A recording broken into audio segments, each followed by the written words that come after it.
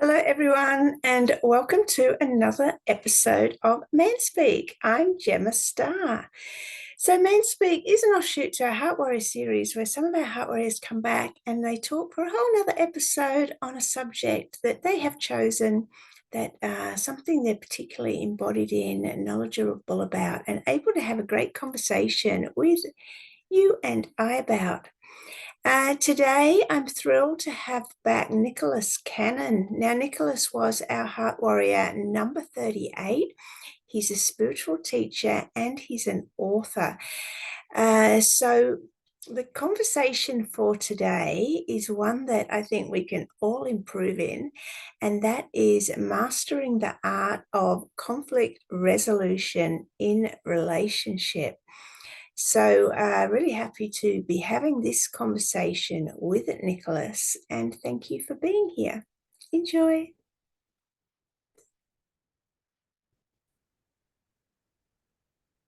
Hello, Nicolas, our Heart Warrior number 38. So happy to have you back. How are you? I am great. Thank you for inviting me once again.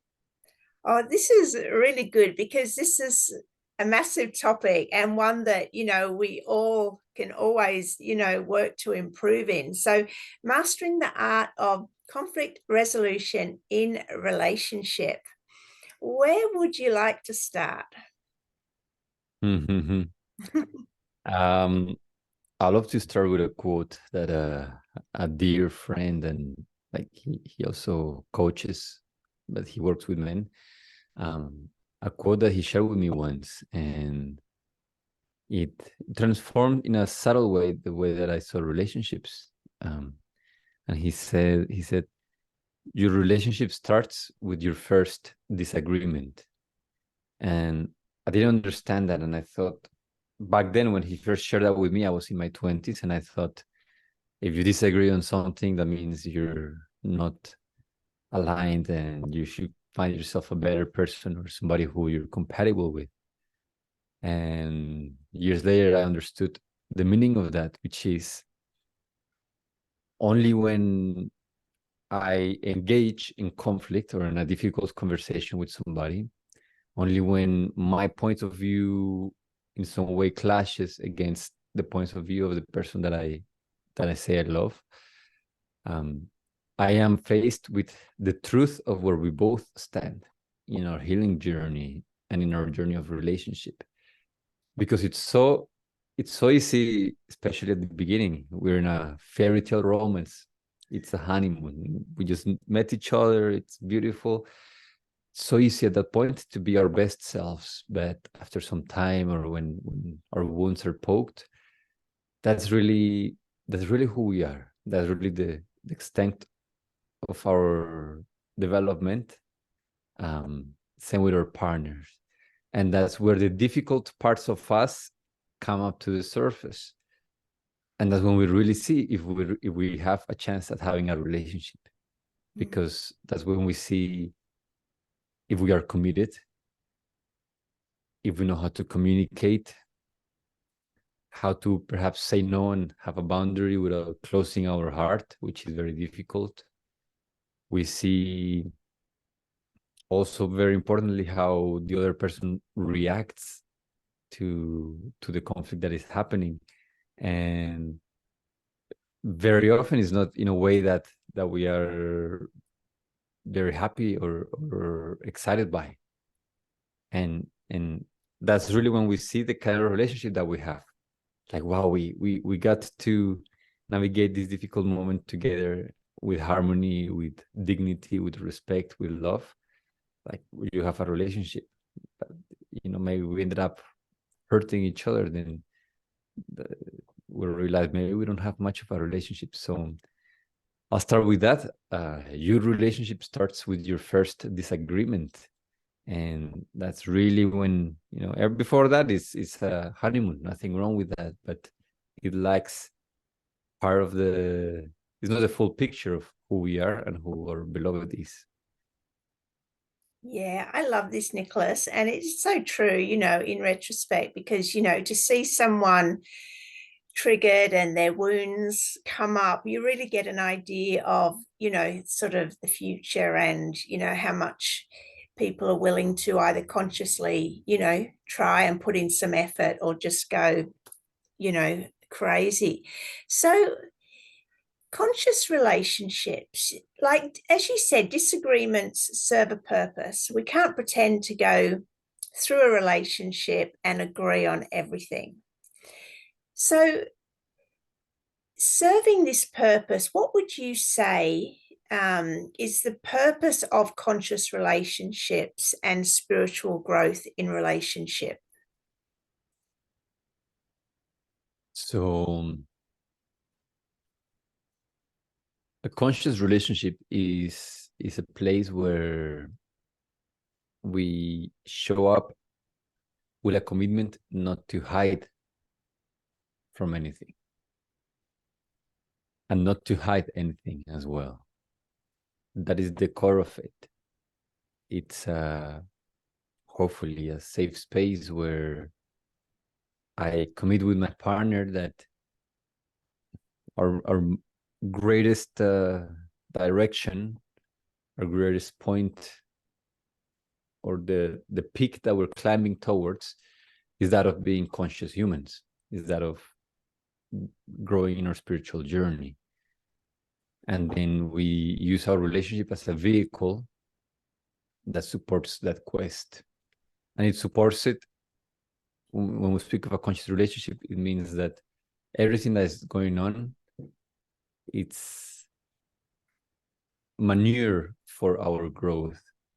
So it means that we are willing to face everything that is happening, to explore it, and to grow through it. So it puts the main intention of the relationship as it being a bridge where I learn to include another life as part of myself. I learn to open up myself to another life also, so that they can include me too. And this is in the spiritual journey. If we see the spiritual journey is just a journey towards inclusivity, meaning whether you call it God, the source of creation, the great mystery, a greater intelligence, what we're seeking ultimately is an experience where we are one with that source. When experientially I can feel that I am the divine, the creator, not just the creation. That is the goal of every spiritual journey, no matter the path, the religion, is that it's becoming one with that source.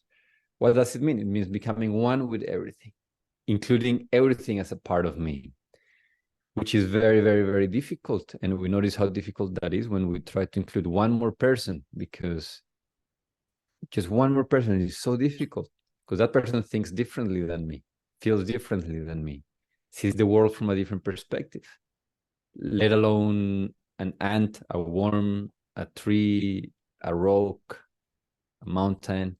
So a conscious relationship is a place where we practice including one more person as an extension of ourselves, as a stepping stone towards that greater space of liberation or of inclusion. So the key here is that if we understand that, we understand that our differences do not get in the way. They are the way. That's a great quote. and at the same time, this is very nuanced, because a lot of codependency, narcissism, and a lot of ugly relationships are sustained using spiritual premises. I get many DMs from women in toxic relationships saying, oh, like, he's an alcoholic, he's drinking, he's lazy, he doesn't do anything with his life, but I just see so much potential, and I see that my role is to love him and to learn to not judge him and whatnot. And it's not about that. It's not about condoning. It's about learning to handle truth in a profound way. and learning to be in a space that is nourishing for both people, right? It's not being somebody's mother, somebody's father. It's not about being a martyr or bending over backwards, becoming a doormat to somebody else's lack of responsibility. It's quite the opposite. It's becoming very sharp mirrors to each other. Meaning, in my relationship, when I'm slacking off, when I fall asleep at the wheel, my wife calls me out on it lovingly, and sometimes not so lovingly, but I can't fall asleep at the wheel. Like she reminds me, and I do the same with her. This is not a place where I am just you get a free pass. No, ideally we're in this together. Meaning your freedom is as important as my freedom, and I'm gonna take a stand for my growth and your growth as well. We're gonna be allies, not just lovers. A lover wants to make love and make the other feel comfortable, good, desired, taken care of. That's most people. And an ally means that like your direction, your vision is my vision, meaning my priority is to help you get where you want to go, even if me reminding you can rupture or break our relationship. That's being an ally, is being willing to be unpopular with somebody else for the greater good of the relationship and of their growth as well. So I'll say that's the main difference between a conscious relationship and one where it's just about love, pleasure, comfort, niceness, and a bit of solace. Yeah, I love that, Nicholas. Um, so calling each other out, I'll ask this question because otherwise I'll forget it if I leave it till the end. So, how does your wife lovingly call you out, and how do you lovingly call her out? And is there a difference between, the masculine and feminine dynamic of calling a partner out? Yeah, so it can be very but we have different tools for that. For example, let's say the most mental or logical one is, let's say she's complaining and I'm listening, and I would jump in and say, hey, like you're complaining, because that cuts through her experience. It's invasive and requested. So I say there's always 3 steps, and these are 3 steps for own healing, or if you want to support somebody with healing, and that's listen, love, and lead. So basically, first, I listen to what is, free from judgments, expectations, wanting to change, thinking there's something wrong with her. I listen. This is a piece of life, a piece of creation that is having an experience that is not wrong. It may be limiting for her, but it's not wrong. It's perfect.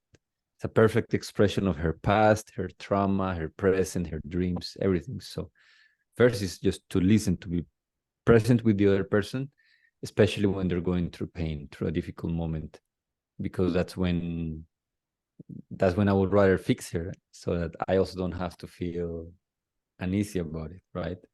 So number one, just truly to become a clear space where I can see her beyond my desires and beyond my judgments or expectations of who I think she should be. Then number 2 is to love her, meaning can I picture her, like for people it's easier with their children, if they have children, or to picture, if somebody was my child and they just they came to me crying, like because something happened. The first thing I do is not to tell them, hey, don't worry, you shouldn't be crying, that's not a big deal, like be strong. No, like the first thing is, hey, like what happened? And I listen to them cry about it without judgments, just trying to understand what happened to this little person that was painful. The second thing is probably I give them a hug, like, hey, like you're safe, it's okay, I love them. I love the little kid, like, hey buddy, it's okay, you're safe, don't worry. So loving her can mean truly having compassion, empathy, really seeing how whatever she's going through it makes sense in her experience, and letting her feel seen in that it's okay how she's feeling, that her emotions are valid. Maybe they're not healthy, but they're valid, so yeah, maybe something that doesn't support her in the greater scheme of things, but it's the truth of her heart in that moment. So to love her means to find a place of acceptance where I can be like, hey, wow, like, I can imagine how you feel going through this, or hey, it makes sense, you're pissed off about this. And just in that place, when a person feels hurt and loved and accepted in their pain, in their limitations, only then there is an opening to lead. Only when the child has come down from the crying and they feel they're safe in their parents' arms, you can say, hey, like, what did you think you felt? Or what happened with that kid? What could you have done differently? Hey, like, maybe you shouldn't be hanging out with that person. Or hey, maybe you should be wearing your helmet. Or that's the point where we actually invite a different kind of dialogue. So with my wife, that's the point where I'll say, oh, like, love, like, are you open to some feedback about what you just shared with me?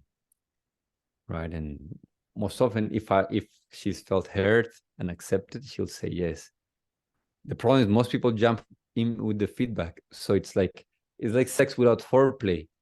It's good intentions for sure, but it's gonna hurt and it's not gonna be well received. And it may just turn something that came from a good place into something ugly. So let's say this is a very like practical approach. Another one, for example, is through humor. We have this thing where there is, according to the Gottman Institute, there's certain traits that are referred to as the horsemen of the apocalypse relationships, meaning like there's a few traits that if a couple has one or more of those, I think like you have less than 3 years married. It's statistically proven. You're like 96% guaranteed you're going to end up in divorce.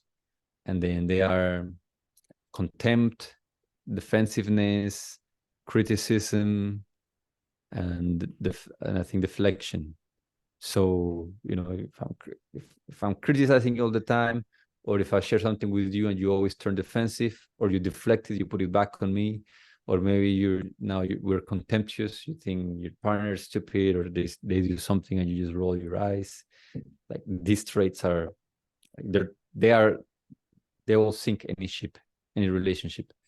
So with her, we have this agreement that if I'm criticizing or if she said something and I start defending myself, maybe she'll start making like horse sounds. Like she'll listen, start making, and then in the moment, I may get angry because my pain is, I'm righteous about my pain, and but I remember, and then like, oh, like I am doing that thing, and that can be enough to snap me out of that, and right away I'll be like, oh, look, yeah, I see I'm excusing myself, I'm defending myself, I'm sorry. Yeah. So above all is having enough trust, and more than that, having the agreement. Like most of us, at least in my previous relationships, I always jumped in to fix, to solve, to call somebody else out on the ways in which they were being unconscious. But there was never any consent around that, I thought afterwards. And it's important. With my wife, I sat down and I said, love, like what does this relationship mean to you? What's your vision for this? And I shared mine as well. And we went through a process that I guide my clients through, usually, that where you figure out what's the game that you are playing, what are the vows, the commitments that you're gonna operate under. And within those, for us, is spiritual growth. So there was a time when we sat down and we said, hey, love, okay, like if you notice that I am like betraying myself on when it comes to this, like, please remind me. And then I checked in with her. Do you want me to remind you as well when I notice that you're being unconscious and acting in ways that may be harming to yourself and the relationship? And she said, yes. Right. So we have an agreement that that is how we're going to operate. So then when we call each other out, we understand that we do it with grace, with art, understanding that we can't just go for it sometimes because it will be met with closure. But more than that, we have an agreement where this is the game that we're playing, and we have agreements around the way that we navigate conflict. So let's say sarcasm, defensiveness, interrupting, violence of any kind, like raising the voice or being hurtful words. We have agreed these are things that we will not tolerate, and we will help the other not engage in any of those. So there's been just once or twice that I've had to, that my wife in a heated up argument started being sarcastic and hurtful with her words, and I noticed within me that part that wants to push back, because it's like it's a fight. Then I want to use my words to pierce, to also hurt her, because I feel that's what she's doing. And disagreements, the greater the chaos, the greater the magic you're playing with, the safer the sacred space you need, the safer the temple, the stronger the foundations that you require. So for us, we have very clear foundations. And in that moment, I looked at her. Well, it was a call, so I listened to her and I said, love,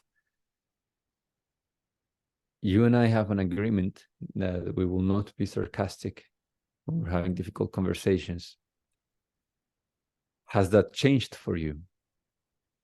That was my question. No, but you're doing it. And then she just went into it. I said, I want to ask you again, has that changed for you? I see you're very emotional and it makes sense. Has that changed for you? Because I am only willing to continue this conversation if we both honor the agreement that we have around how you and I sat down that one day to decide the way in which we will navigate conflict. And in that day, she was extremely triggered. And at one point I said, love, I can see that you're not in a place where you're willing to honor the agreement that we have. And I see myself slowly descending and feeling pulled into meeting you in this place. And nothing good can come out of that. So I will hang up as soon as I finish this. But I want you to know that I am not disconnecting.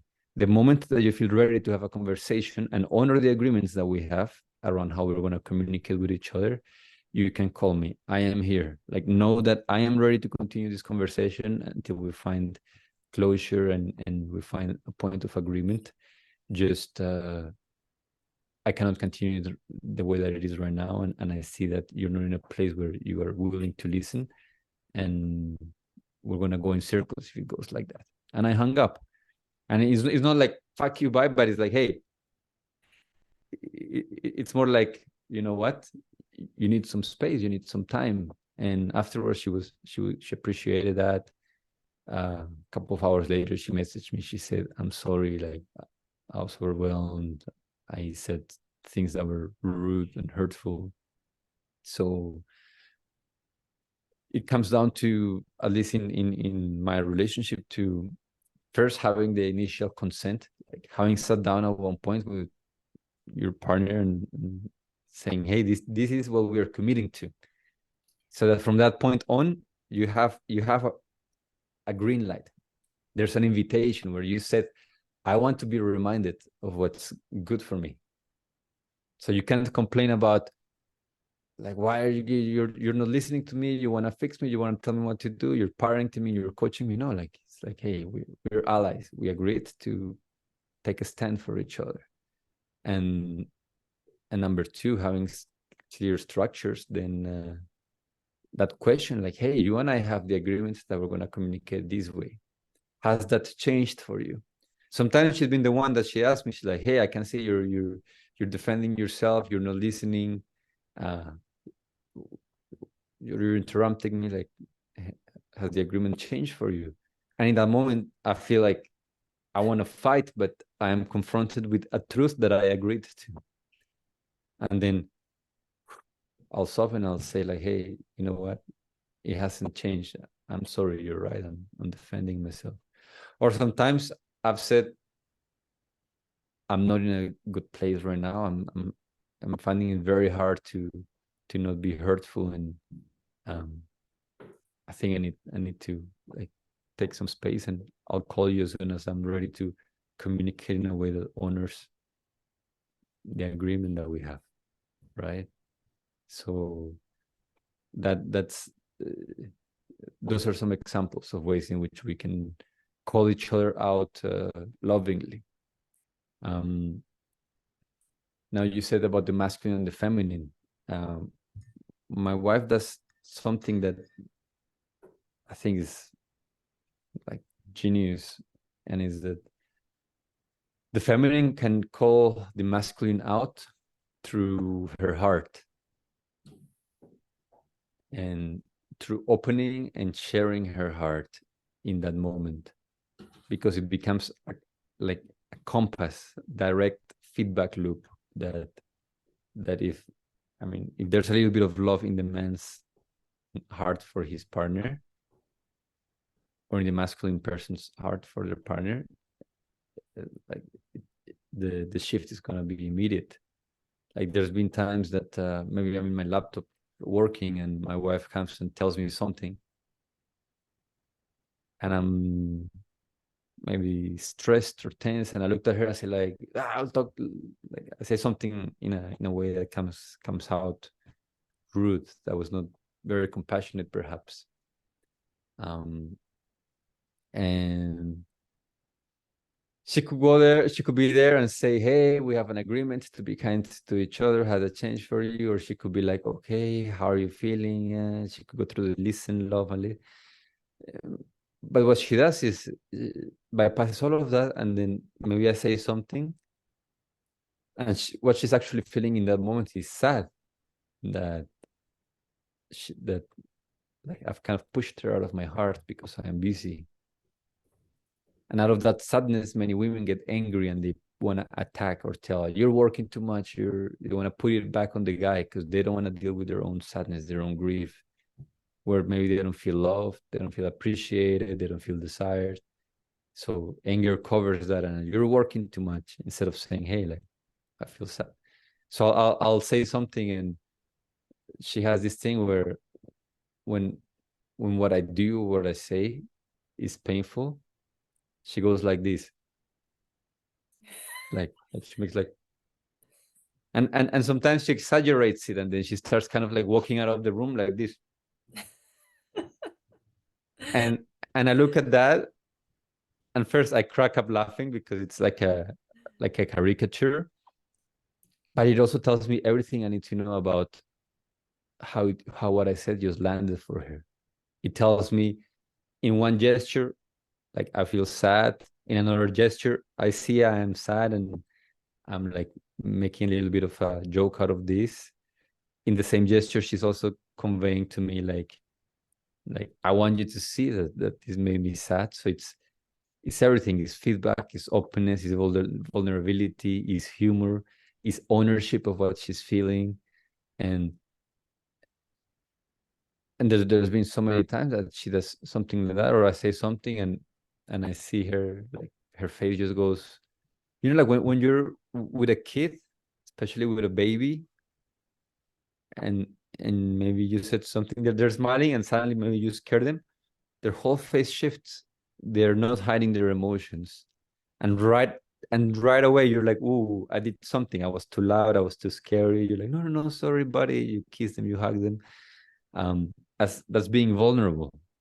So I think for both it works, but for the feminine especially, because you can come with all the agreements and questions and methods with the masculine, but the thing that pierces the deepest and the fastest is the sharing of the heart.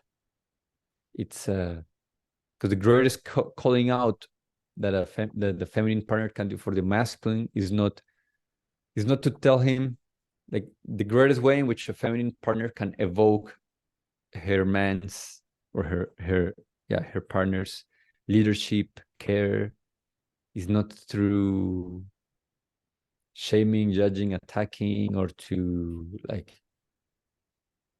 telling him where he's wrong or where he's failing. It's actually in letting him see the consequences of his lack of leadership or his lack of care, meaning opening up her heart and allowing herself to feel the grief, perhaps, the loneliness that she feels because of what her partner just did. That is ultimately the greatest gift. So many times I've changed things that I was really stubborn about in my life because I did something, and my partner, she didn't say, "You're making me sad, you're hurting me, or it's your fault." But I just saw the impact of my actions on her. And it broke my heart to see, wow, like to see that I was breaking her heart in some way. So it was my decision. I'm like, wow, like I don't want to do this. Like, hey, love, I'm sorry. This is not going to happen again. She didn't have to tell me who I need to be, how I should be an ideal man, what a true masculine man will do, or she didn't have to forcefully call me out and tell me like, oh, you're not holding your agreements. No, show me her heart once, and then that was all the feedback I needed to understand that that's not the person I wanted to be. So I would say that's the main difference. Wow, so much amazing information here. I just love this agreement, that you made with your wife. Is she your wife or your partner? How did you like to refer to her? She's wife, yeah. Wife. Okay. This is so good. So can we just clarify this? You spoke of a number of things that you agreed not to engage in during, well, conflict, but in the relationship in general. Can you clarify those again, please? What were they? So, for example, and I don't recall all of them right now. Like we sat down, wrote a document, we signed it, like we made it official. Like we had a little, I don't know if you can call it a ceremony, where we're like, these are the foundations of our relationship. It's like when you're building a house, you argue and you spend hours thinking about the color of the walls and the curtains and the size of the sofa you're gonna have, and you spend zero time about the structure of your relationship and agreeing on that, right? So we sat down and we have it like A, B, C. These are the things, and we have our signature. And anyways, but some of these are the first one is honesty. We agree to tell the truth, especially when it's difficult, and to share when we feel scared of telling the truth, because then that can happen. And what that means is that usually maybe there's a lot of judgment or shaming happening from the other side. So it's not a safe space for me to be fully honest with you. Or maybe I think you cannot handle your own emotions, so I'm afraid of telling you what I really want to say. So that's number one, like telling the truth. Number two is we don't interrupt each other. We take turns. It sounds silly and maybe obvious, but there's so much of the arguments that happen because people are not willing to listen to each other. So we want to defend, we want to interrupt and say, it did not happen like that. You're lying. That's not how I remember it. That's not what I said. No, but I did this, but you did this first. It's like, it doesn't matter. The moment that we go in a back and forth, we're heading downhill. If it starts going like this, the energy just starts getting out of control. So no interrupt, meaning whoever brought up the argument first, we're going to sit, and the focus of the conversation is on that person's experience until that person feels complete and acknowledged. So perhaps I came to her and I say, love, I didn't like that you were having a grumpy face when we went to visit my family. And she could say, well, of course, but remember how you talked to me at the grocery store? If we start going like that, and I could say, well, yes, but you were being slow and we were running late, and I told you that being on time is important to me. She's like, well, but you spent too long in the shower. Like, we can go back and forth to who kicked whom first.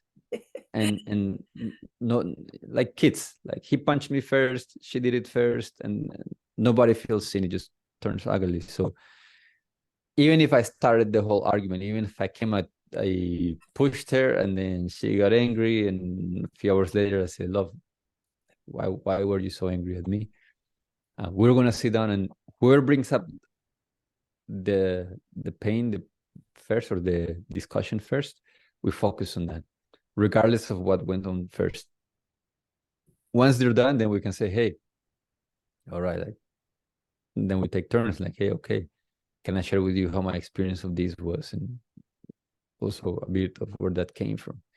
Then we go into that, because otherwise, like, I cannot listen to your pain if I feel that my pain is going to be dismissed. If there's no room for me to, like, there's this deep grief and anger that sprouts within us when in the middle of an argument we're extending, like, listening and compassion to the other, but deep inside we feel that our turn is never going to come. So it's like here I go, here he's defending himself again, she's defending herself again, here I am again playing coach, therapist, parent, here I am again extending myself, but I wish they heard me and held space for me, just as I do for them. So to prevent that, we take turns. Taking turns means that I know my time is gonna come, so I can put that outside of my head, and I can focus on their experience right now, and not be thinking like when am I gonna be acknowledged?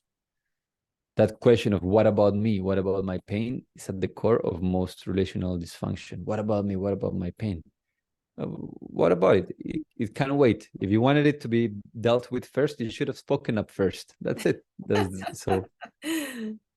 So we do that, which also encourages, if something happens, you want to bring it up right away. You don't want to wait until stuff accumulates and then you're last in line, because the conversations can last long if it's sensitive topics.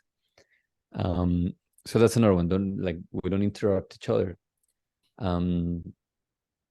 Of course, we have an agreement not to be violent. And violent can be yelling, being harmful with our words.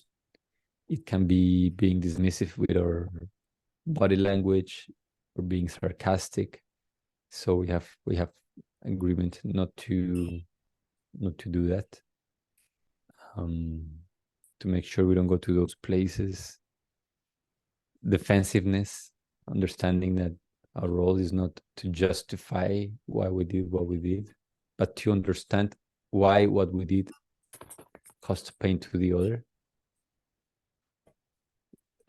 I forgot to say, one of the very, very first ones is ownership, meaning we recognize that our pain is ours. And this is very difficult, because it doesn't mean you disrespected me. It means I felt disrespected when this thing happened. And it means no matter what's going on, no matter what's happening, my pain is always mine. It's not for you to fix. You can provide a safe space where you see me, you acknowledge me, and where perhaps you see that, wow, like, maybe you're sorry for the way in which you helped me create this pain. But never putting it on the other's shoulder, ever. Very difficult, but extremely necessary. Like, I am responsible for everything that I am feeling. And this is hard, because when we're in pain, we think for sure it was my partner's fault. It was what she did that hurt me. Not really. It's my own shame, my own fear, my own unworthiness, my own pain that is finding expression. So yeah, there is we have like subtle games. For example, we have something also from my friend that mentioned that your relationship starts with your first disagreement.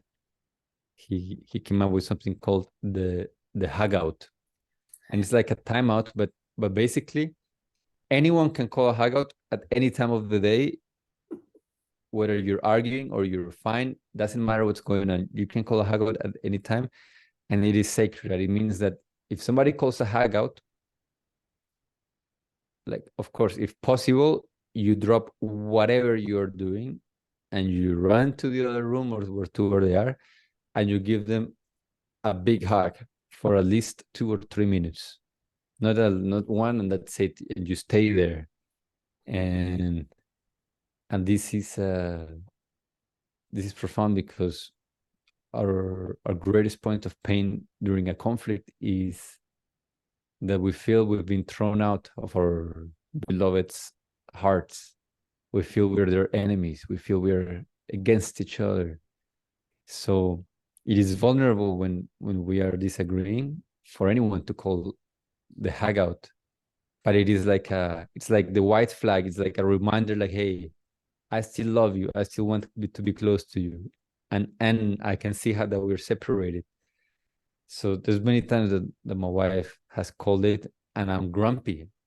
In that moment, I think she doesn't deserve a hug. I don't want to hug her. She's. I want to deal with my pain. I want my pain to be reassured and validated, and suddenly I'm hugging her, and sometimes that's all it takes. Like, we remember that we're in the same team. That I no love matter what's that. I just love it so much. And of course, when in the middle of an argument, we're often the resurfacing of abandonment and rejection wounds, right? So just that hug would, I know for me personally, would reassure that, as you said, we're on the same team. And that is so good. And I mean, after that, what happens then? Like, do you go back to the discussion, and can you, I mean, I know you'd be able to feel such a level of downscaling of being seen and honored. Wouldn't you do it Yeah. every time in that point? So we don't do it every time. Mostly we forget, or mostly we're so consumed by our pain and desire to, like, feel it and maybe be righteous about it, that, like, you don't want to call for it. It's tricky. It's like you're one word away from reminding each other that you love each other, but nobody wants to go there. One So word. that that's part of the spiritual practice. Like, hey, like, can I call for this in the moments where I think she doesn't deserve it, he doesn't deserve it? What happens afterwards, sometimes in our case, like after the hug, like, we separate, we look at each other and we laugh, because it, like, we see how silly the discussion we were having really was, and we just giggle, and it's done. What we wanted to say was said in that hug, and that's it. There's sometimes where the discussion needs maybe a clear, like, resolution or an agreement or something. So after that, it's also a lot easier, because now suddenly we're on the same side again. So after, we're like, okay, there's been many times that just after the hug, I look at her and I say, you know what, love, I'm sorry. Like, you're right. I understand. I'm sorry I did this. I made you feel this way. And right away she'd be like, no, I see that you were busy or this was happening. Like, there's like it nourishes mutual compassion, mutual understanding. Um, at the very least, it calms down your nervous system and your reactivity and your level of aggression and alienation towards each other. Best case scenario, everything you wanted to say, everything you wanted out of that discussion, it's solved, which is to repair the connection and to remind each other that you love each other and you're there for each other. So good, so good, Nicholas. I love that so much. So with conflict in a couple, Is compromise the goal, or is each person being 100% happy with the outcome the goal? Compromise is poison to relationships. Compromise is, you want to go to see Barbie, I want to go to see Rambo. We can't agree, so we both go to a horror film and we both hate it instead. Nobody gets what they wanted, so we come up with a third solution that nobody is really happy with. Compromise means somebody like, and this may also have to do with semantics. So the way that I define compromise is you want something, I want something else. So we come up with a third watered down version of what we both wanted, where you're not really happy and I'm not really happy. So nobody wins. Like nobody. You suffer because you didn't get what you wanted. I suffer because I didn't get what I wanted. The relationship suffers because now we're both begrudgingly just doing something else. The alternative, however, and a necessity, is commitment. Commitment means through the conversation, we both came up with a higher option, a third option that you hadn't thought of, I hadn't thought of, and that feels more exciting to the two of us. So let's say my wife she loves Disney movies. She loves like movies for kids. They're beautiful and cute, and they usually have a nice message. I used to love just typical action movie and kind of plug out and see explosions, cars, and that's it. Not so much anymore, but that used to be what I preferred. And let's say we're going to watch movies. At the beginning, compromise could be like, all right, you know what, let's just pick another one that maybe the two of us like a little bit. Compromise could also be like me saying, okay, let's go to watch whatever movie, right? And then I go to the theater and I am resenting her. I am resenting that I agreed to that. She's feeling awful too, because she can feel that I am there by obligation, not by desire. She doesn't enjoy her movie. I don't enjoy the movie. We all suffer, right? That's also a form of compromise. Commitment means that the alternative decision feels exciting and it feels greater than watching my action movie. So, for example, out of commitment and the conversation, I can see that, like, I can see that she really wants to watch this movie. Maybe this movie is about self-worth and empowerment, and maybe recently she's been feeling a little bit unworthy, and maybe she had a difficult week and she wants just to relax and watch something funny and cute and silly. Then through understanding, instead of trying to push my way, I can say, hey, love, okay, I want to understand, like, why do you want to watch the movie? And through seeing her, I can commit and see, you know what, I want to watch the action movie, but I want to see my partner happy way more than I want to watch an action movie. And then I can think and I can say, you know what, love, let's go and watch the Disney movie. And I can do it from a very different place, which is I'm going to feel proud the whole movie that, I'm going to look at her and laughing and giggling. And I'm going to think, I created this experience for the two of us. And I'm going to get us nice popcorn, sweet, salty. And I'm going to make this a beautiful evening for the two of us. That is commitment. It means we both got more than what we wanted through exploring our differences.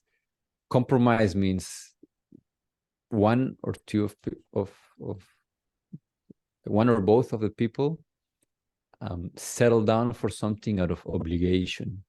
So we compromise in areas where we have failed to find a possibility for a greater commitment. When we compromising usually reflects a lack of creativity and imagination and curiosity. Because if I really understood why my partner wants what she wants, like, or if she really understood what I want, why I want what I want, it would be easy for either one of us to choose to commit to going with what my partner wants and feel great about it.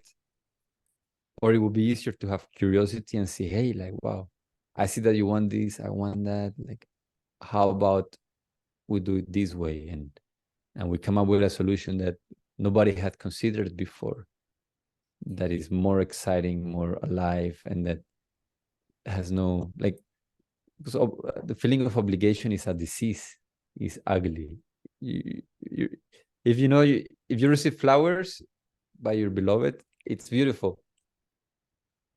If he gives them to you, like here are your flowers, like you don't even want to put them in water. You would love to throw them to the garbage. It's a bit of an insult to receive an act of love out of obligation. It feels there's something ugly. Like somebody gives you a gift.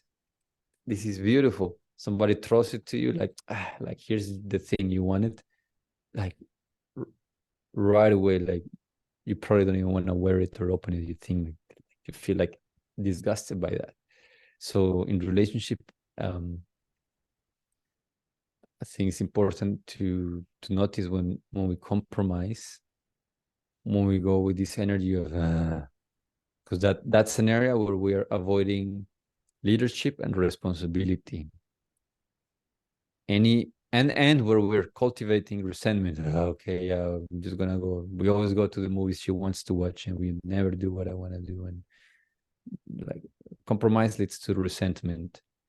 So, but it's an opportunity because every area where I'm compromising is an area where my lack of curiosity has not allowed me to see that there are greater options available. This is so good, Nicholas. Okay, so I mean, in comparison, the movies could be considered, a small disagreement. Let's take it big scale. For example, a couple, she wants to live where her family is. He wants to move where he's going to get a promotion. Or if you've got, an example of something that happened in your own life that you'd like to share, how would a couple start to, find an agreement there that both parties were happy? Mm-hmm. Yeah, I think this is a great question because it's very nuanced and so there are some decisions that carry big consequences for everybody.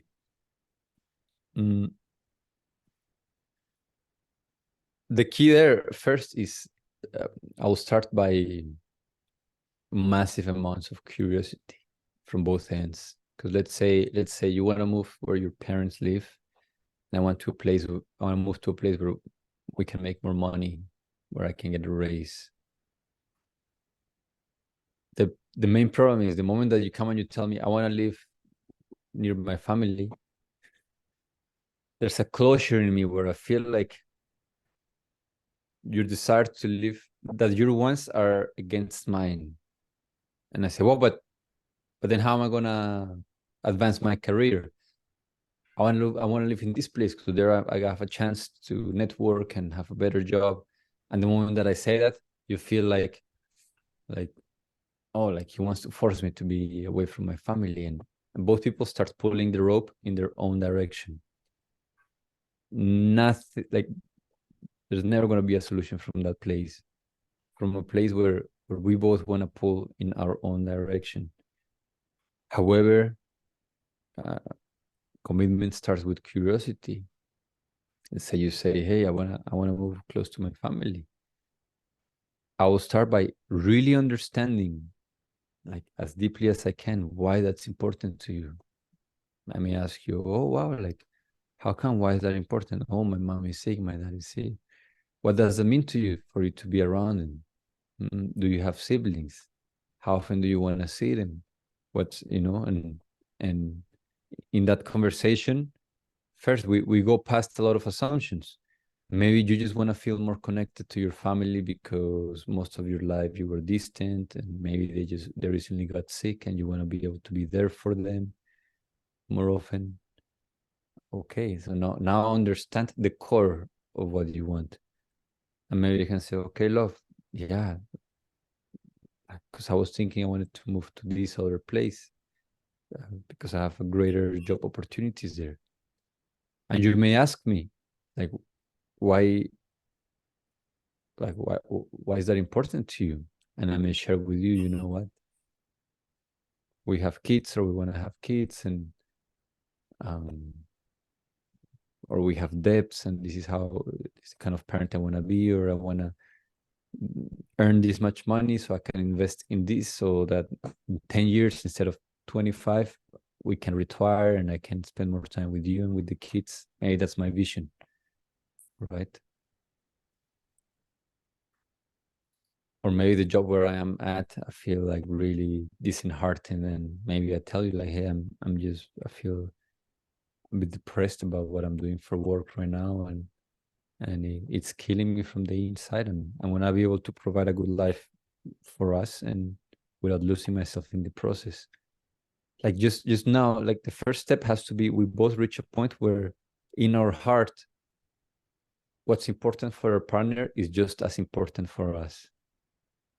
The moment where I'm thinking, you know what, I want to make sure that like we figure out something so that you can spend time with your family, and simultaneously you're thinking, you know what, I want to support you, like whatever needs to happen for you to continue with your purpose, with your career vision. Like only in that point we open up the doors towards a greater commitment or a greater possibility. Like if I want to get it my way, I'm gonna be forceful with you. If you want to get it your way, you're gonna be forceful with me. Nobody's gonna feel seen, therefore nobody's gonna soften. But the moment that I tell you, like, hey, Ma, yes, you know what? It may be difficult, but I understand your family is important to you, and I want to make sure, like, I want to support you in that. The moment that you feel that I am willing to perhaps sacrifice something that is important, or at least that what matters to you also matters to me, you may even say, you know what, love, actually, I understand you, and perhaps we can just come and visit a couple of like 1 week every month or 2 weeks, or right, like now we both start trying to find ways in which we can make it happen. And it can be better ways. You may realize that both things are connected. You may see that, hey, like moving to another place, earning more money will mean maybe longer vacation time. Maybe it will mean you don't have to work, meaning you can fly away, spend time with your family a couple of times per month, longer periods per year, come back without financial pressure. Like it could, if we look, there's always a way in which our needs overlap, but most importantly, we feel that we are in this together. I have a, like, it's simple, but it illustrates the point. Example of this with my wife early on during our relationship. It was the typical, like, hey, you don't pick up your laundry, you leave it next to the bed, you don't put it in the thing in the laundry bin, or simple things like she used to be very OCD about cleanliness, and I keep things clean, but I clean them like once every 2 or 3 days. Like I wash everything and that's it. For her, everything needs to be like shining all the time. So we were clashing with this because maybe I'm drinking some cacao and I leave it on the table, and maybe tomorrow I wash it. But for her, it's like, why didn't you wash it when you finished? Or I left my socks next to the bed, and small things like this. And she will come first with that kind of like energy. Why did you do this? Why aren't you keeping the house clean? Basically, what she wanted is to keep a house clean all the time. And I felt mothered. I felt annoyed and frustrated. And what I wanted was also like, hey, like I'm working the whole day. Like it's a big deal for you. Like at that time she wasn't working. Like if it's a big deal for you, just take care of it. Like I'm already spending my time to provide for the two of us. But if replying that just create a lot of pain in her because she doesn't feel acknowledged, she doesn't feel seen. So we were going back and forth where I'm telling her to relax, to chill, and to maybe be more appreciative of the things that I am doing, and perhaps she should contribute more in the house. And she's feeling like she has a partner that is just disorganized and not looking after himself and in need of mothering in that regard. So, and it was this continued. Nobody was willing to give in a single inch. We were on the edge of breaking up because I thought I can't stand her. Like she's like simple things. Oh, you put the spoons where the forks go. Like, and I'm thinking, I'm breaking. At that time, we were living in the ayahuasca community that we work with, and I was helping build the temple. Meaning, that time I was doing construction work. Like I was coming home tired, dirty, like with dust and earth from my head to my toes, and I'm coming to her complaining about stuff, and I just felt um, just deflated. It felt horrible. And it was in a medicine ceremony where I started to see things from her point of view, and I saw that what she was calling me into was just being a little bit more aware, just being a bit more conscious about the impeccability with which I keep my space. I saw that what she was asking for was not something bad for me. It was actually useful. And I saw that in my own pain of feeling mothered, I had pushed her away. But I saw her through her lens, and I saw, wow, like she wants me to be a more conscious man. That's what it comes down to. And I was crying and bawling my eyes because I was so attached to my own pain and my own desires and fears as well that I couldn't see what was important to her. And I remember I came down to where she was, uh, crying, and I say, "Oh, like I'm so sorry, love." And I think she was covered with a blanket. She like takes it off, and she's crying, and she looks at me and she says, "Like, no, no, no, I am sorry." And I asked, like, about what? And she said, "You know what? I haven't been very appreciative of all the work you've been doing and very supportive. And I can see how hurt you must have felt coming home so tired from carrying stones and steering concrete and helping build the temple, and just to come home to a partner that is yelling at you because something was not clean, and it doesn't really take me much, and I saw that it's not a big deal for me. Like out of love I can do it joyfully. I don't have to dread supporting, collaborating in simple ways. Like, and the argument got resolved because like I felt seen, but she also did. And what ended up happening was I became a lot more organized, and she became a lot more relaxed. So we both won through the process. So it's the same with things that require, well, don't require compromise, but that where we have differences, there is always a possibility that nourishes the two of us. If there isn't, let's say you want to have kids, I don't, in a relationship, I think there are things that we have to be very honest with ourselves about, that are non-negotiable.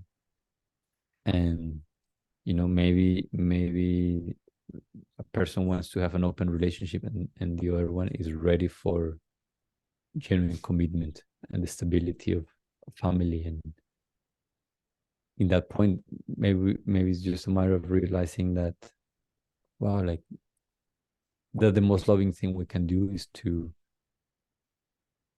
honor each other, to respect each other's choices, and to take a step back and let each other go, and find somebody else that is excited to make space for that. Not somebody that is going to compromise, but somebody that is going to enjoy going on that adventure with them. So yeah, just recognizing, am I asking them for something that they're just incapable of doing or unwilling to do? Or are they asking me for something that I just will not do or do not want to ever do? Because if that's the case, then just we have to be honest about that. Like, hey, like, you know, like, hey, I'm asking my business driven husband to like go and live in the mountains or in the beach in Costa Rica. And it's like sometimes we may have very irrational demands of our partner, and our role is never to force them to become whom we wish they were, but to learn to co-create with who they are. And the day may come when we see that we're really at a gridlock, like what is very important for you and what is very important for me cannot coexist.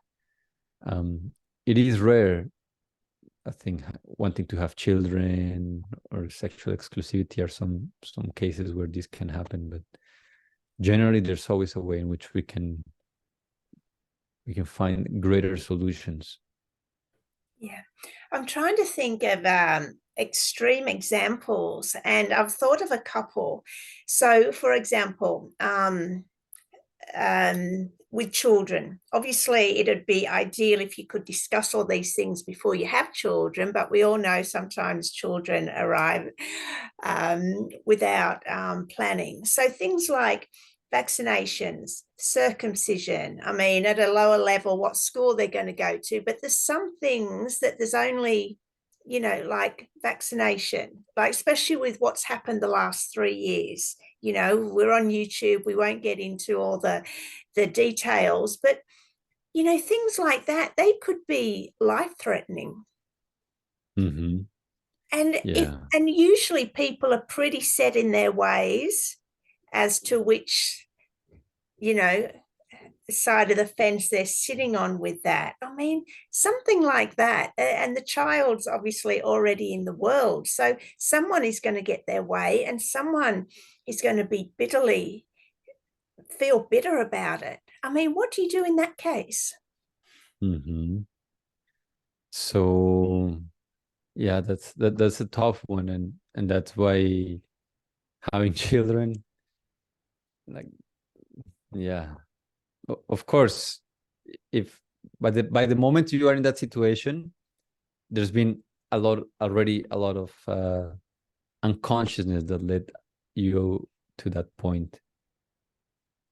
um like, let's say with vaccination, if you're really against it and your partner is really pro it, just the what is being valued by each person is probably vastly different. And I will say, like, the whole relationship requires an objective examination. Maybe you find yourself with kids with a partner that you don't really agree with. So of course there's so much there that can, and I think should be avoided by just making more conscious decisions about whom we relate to romantically. But using this example that, okay, maybe the person didn't think too much, they were a little unconscious, they started dating somebody, they felt pregnant, they still want to raise the kids, they're trying to make it work with this person even though there's friction, and suddenly, okay, the choice comes and they're saying, oh no, my kids are going to have the vaccine, and the other person says, whoa, like, that's actually quite toxic for the body. And um, here's the first thing: most arguments are very hard to reconcile at that point because there's too much rigidity. from both ends. Nobody is willing to soften up. The same thing where I'm out there to convince her that it's okay for me to leave the cups on the table. She's out there to convince me that I should be picking up my laundry. I'm out there to convince her that vaccines are terrible for you. She's out there to convince me that only being vaccinated you can be safe from death and whatnot. So the only way in which we can explore this with the least amount of like friction or even resentment is like creating a space where we can both get clear on what the other is taking a stand for. Because the argument is not about vaccines, the argument is about values and what's important. That's why people are so rigid about this. Like politics is not about Democrat and liberal, it's about values. Most of the times that we're in a situation where there's a lot of anger, a lot of stubbornness, is because it's not about the details, but about what they mean for that person. So, for example, my little sister, she got vaccinated. I mean, I really didn't. I didn't think that was by any means a healthy choice, and it's been proven correct. Like I think the first round of vaccines, I was told yesterday that they're banned now everywhere because it's been proven to be like toxic. And anyways, without going to that, at first when she said that she was vaccinated and she was thinking to vaccinate her son, her newborn like son, I felt a lot of judgment and a lot of like anger and the desire to prove her wrong and to change her mind. Of course, that would not have done anything. But understanding like what is she standing for? She's standing for being a good mother. She's standing for the safety of her son, keeping him alive. It's not what I think is happening, it's how does she see the situation. She's standing for not helping the spread of a fatal disease. So she's standing for community, for supporting people around her. She's standing for being safe for hers and her husband's family, because there's a lot of elder people.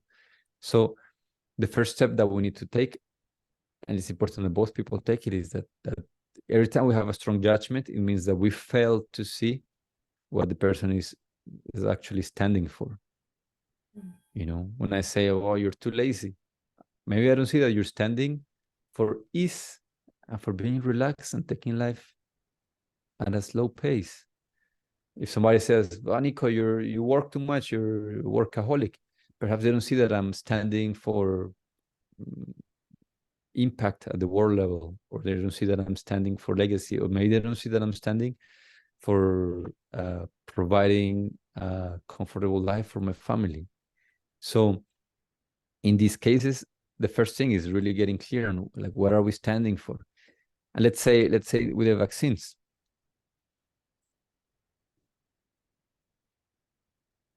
like I'll give you an example. My wife, when I met her, her psychologist told her one day that she needed medication and she wanted to put her on antidepressants and also to go to the psychiatrist and get medication for bipolar disorder. My wife was ready back then. Like, oh, I was just diagnosed with this. I'm gonna call him. That's it. That's what she needed: medications, and you shove some pills, antibiotics, and that's it. For me, for me it was very clear. Like you don't. That's just brushing things under the carpet. That's just gonna destroy you more. But I sat down with her and I talked with her and I said, "Love, I see that your health is so important to you. And I can see that you really want to live life with peace and with joy. Is that correct? She's like, yeah. I said, and I see that you're doing your best to like find the best solution for this because you really care about your health. She said, yeah, that's correct. And I, well, I get it. Like, and then from that point, I said, like, will you be open to explore different possibilities that I have a feeling may support you in sorting out your health? And if that doesn't work, this is always available. We can always come back to that. But are you open for me to share about this? And of course, at that point, she feels that she's seen, she's acknowledged. I'm not saying, oh, you know, you're a stupid pharmaceutical consuming whatever. And I mean, and she softened. She listened. She decided to drink ayahuasca and go through like other processes together. And that's it. Like it was a couple of months, and she was fine. Her health was fine, and she realized, whoa, like I really did not need medication. So in this case, only through taking a, like allowing the others to feel that we get what they're standing for, only then they may open up themselves a little bit where a natural conversation may happen. A conversation where maybe part of our mind changes, like, oh, actually, you know what, maybe we can see some of the benefits of getting the vaccine. Maybe they see some more stuff, like now we're in a space where we're both willing, we're both open to being influenced, or at the very least to being curious and to listen to the other's point of view. But if we put it on the table, like, you want the health of your children, that's what you're taking stand for, your children being healthy and safe. And if I tell you, love, like the life of my like I will give my life for my kids. So I can assure you that my number one priority on this is also my children and you, our family, being safe. I see we're both taking a stand for the same thing, and we have different perspectives. So I think it could be interesting for us to share ideas, to share why we see things in a certain way, and to out of that to explore what we think the best decision may be. If someone opens up to that conversation, suddenly it's not vaxxer versus anti-vaxxer. Suddenly it's like we are two parents with a lot of information that has come to us, and we don't really know what to do, but we agree on one thing, and we both want the same thing, the health of our children. And I would say that is the only way. If I come forcing it, there's just going to be clashing.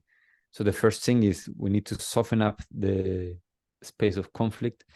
We do that by letting the other person feel that we get how this is important for them, not by ridiculing them, like, oh, you're so stupid. Why are you trusting these companies that sold Hitler the gas for the gas chambers? Why are you, it's because if we come with facts, what we're telling them is you're stupid. You're not mature enough or intelligent enough to make a good informed decision. If I tell you, hey, you're stupid, what you're doing, your videos, etc., if I come with a lot of facts for whatever reason, even if the facts are accurate, but the context of that is me telling you like you're stupid, or your opinions or your thoughts, your beliefs are lesser than mine or less valid. Even if everything that I said is statistically correct and backed by science, even if you agree with it, you're gonna defend yourself. You're gonna just to prove a point that you're not like, it's like it's weird, but it's human nature. If I attack you, if I belittle you, or if somebody makes me feel less, our shame comes up, and suddenly our stance is stronger. I'm not stupid. I've done my research. I know what is good for my children. And very often the rigidity is not even about me being certain about what I believe, but it's about me not feeling ashamed or not letting myself be belittled or forced by something by my partner. So Gosh, I mean, we could go on and on here, but it's so good, Nicholas. We've got about 10 minutes left, so I'd like to give you the opportunity. Um, any areas of this conflict resolution that you feel are really important that we haven't touched on yet? Hmm.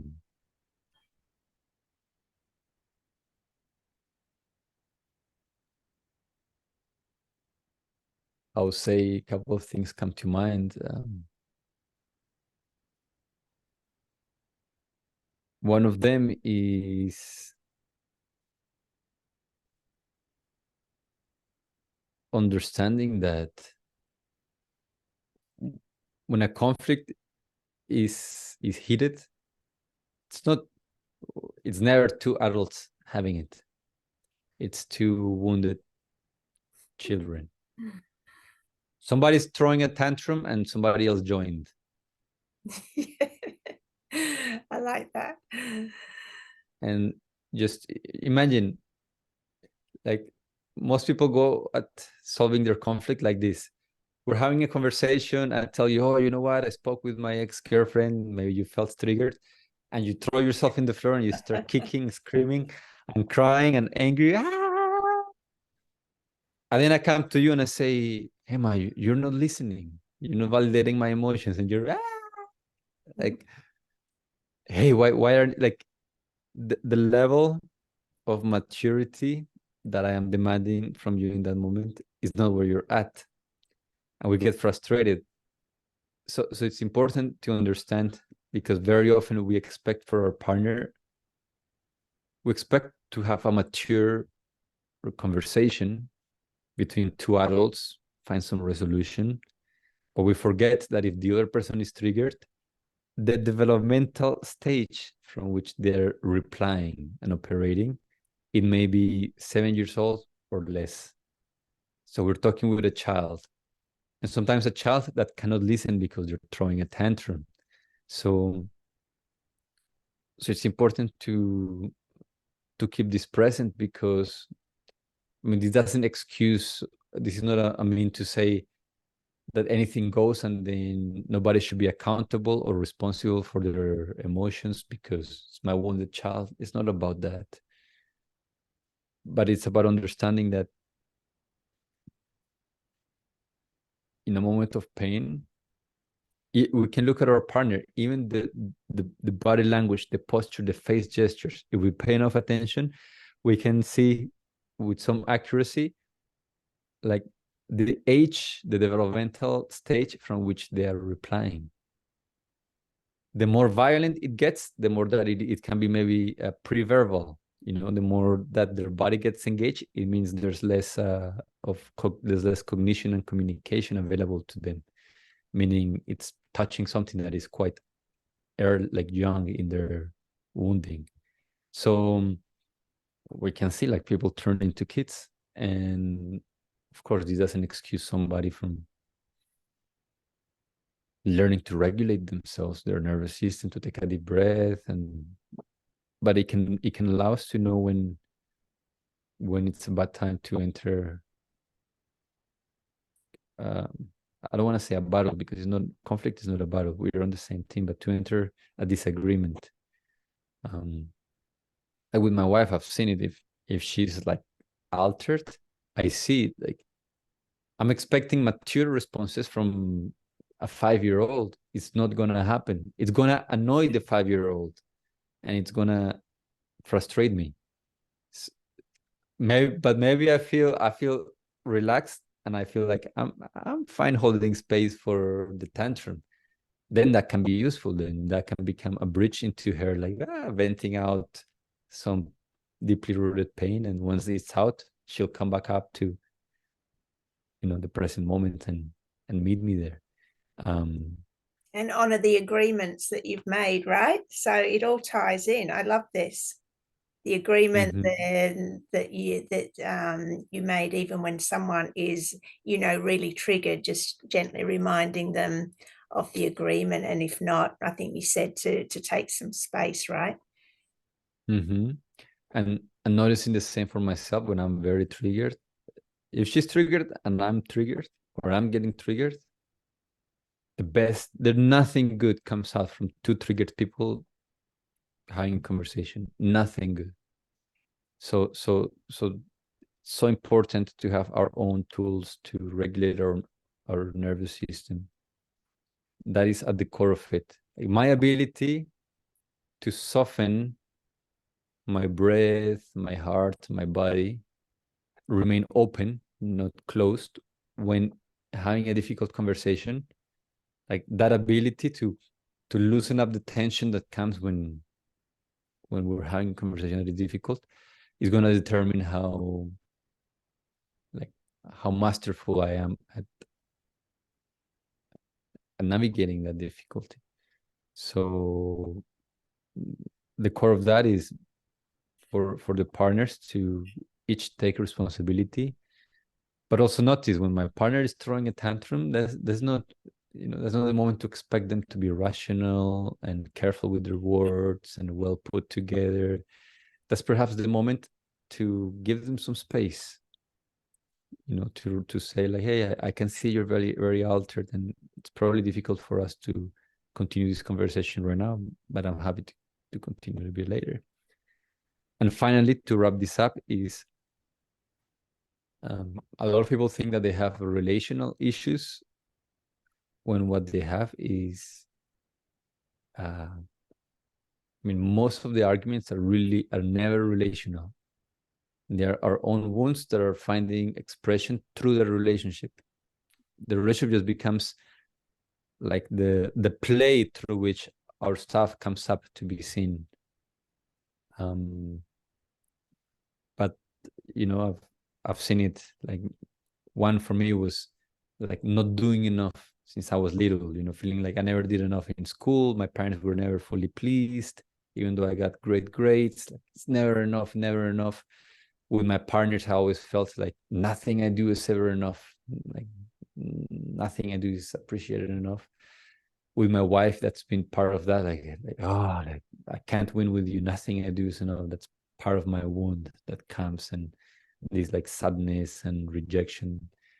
And I remember I'm in Toronto right now, and we've been away for close to 2 months now.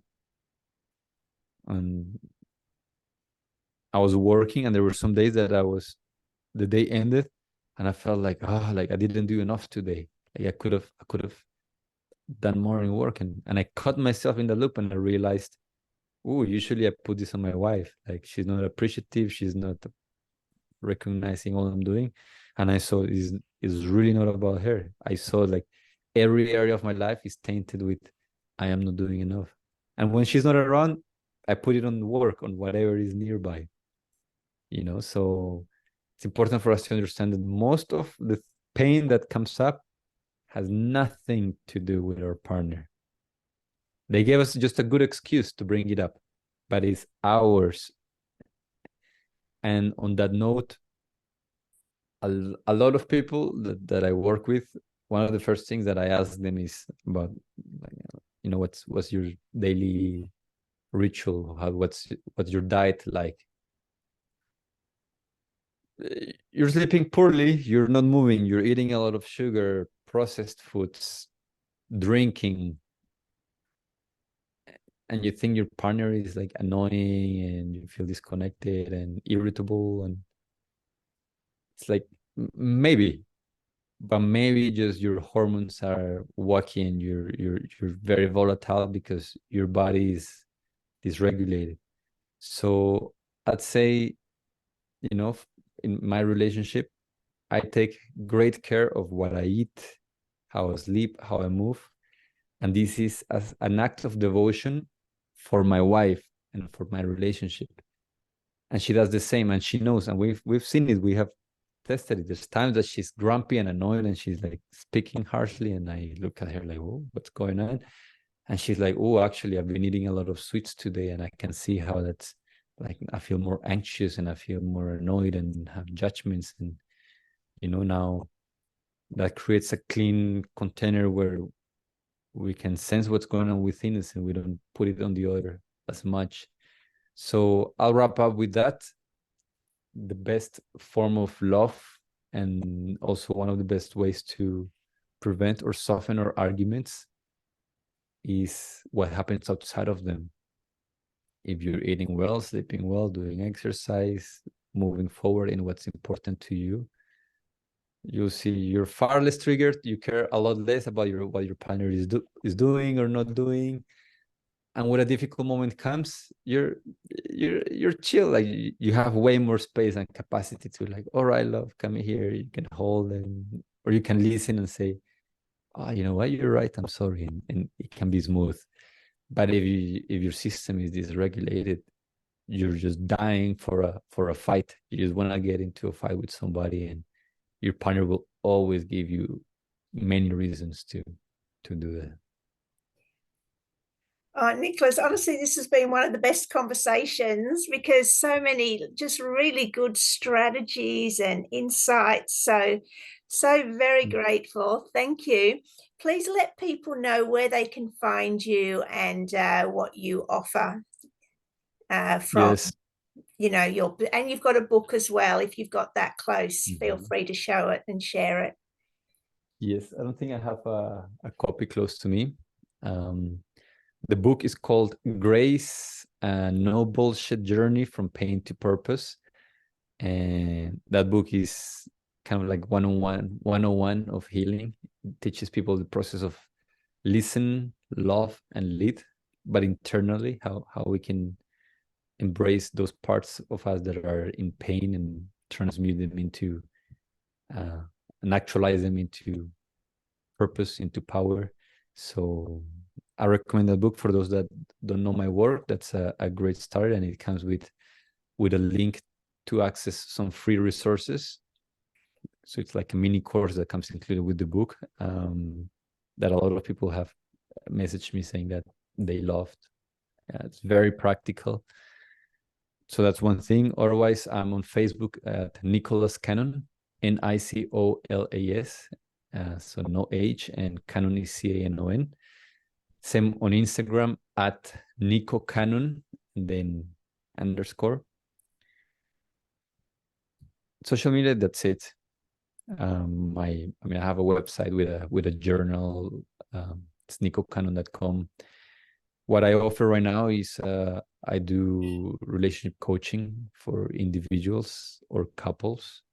Especially, this is a topic that is close to my heart. If your relationship is in a tender spot, and you don't feel seen, you don't feel heard, things are every time kind of heading downwards. You've turned from soulmates into cellmates. And I like that. So good. yeah, then I feel very confident in helping people get out of that and back into a beautiful relationship. For that, I run a mastermind. She's 6 months long, or one-on-one coaching, depending on cases that are more urgent and require more attention. And finally, today, just one spot opened up. We had sold out a few weeks ago, but I work with an ayahuasca community in Colombia, some native shamans, and we're doing once a year an ayahuasca retreat focused on relationships, meaning the medicine, the prayer that is placed on it is one of sacred union, one of healing the masculine and the feminine within us so that we can experience that outside. So this is also for individuals or couples. If somebody feels called late November to come to Colombia for 9 days and go on a deep dive, renew their vows, get clarity. Maybe you're married and you feel that maybe this is the end of your relationship. Plant medicine, in the context that we organize and the workshops that I lead, has a profound capacity to make it very clear for you. Like people live straight to a honeymoon or straight to talk with their lawyer and divorce from a good place. It provides great clarity. Or for those who are single and feel that there's blockages that keep them from attracting the kind of partner and love that they want. This is a beautiful opportunity. So that's it. Oh, amazing. Well, once again, thank you so much, Nicolas. It's been absolute delight. And I've learned so much that, all stored here for future implementation. So thank you. Thanks everyone for watching. Please like, share, subscribe. Follow Nicolas on social media. He writes amazing posts on Facebook that are always really grounding to read, you know, and very insightful. So thank you for being here. Just stay on one moment, please, Nicolas. Bye, everyone. This one.